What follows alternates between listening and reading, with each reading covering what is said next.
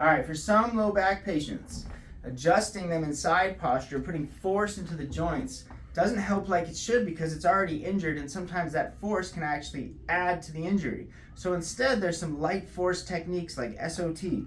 When we do SOT, we can literally, as long as we know exactly, if we know exactly what's going on with the patient's pelvis, we can place these in the perfect position, and then the pelvis will literally start to work itself out as we let them lay and relax here. It's a very gentle technique that might just be right for your low back pain.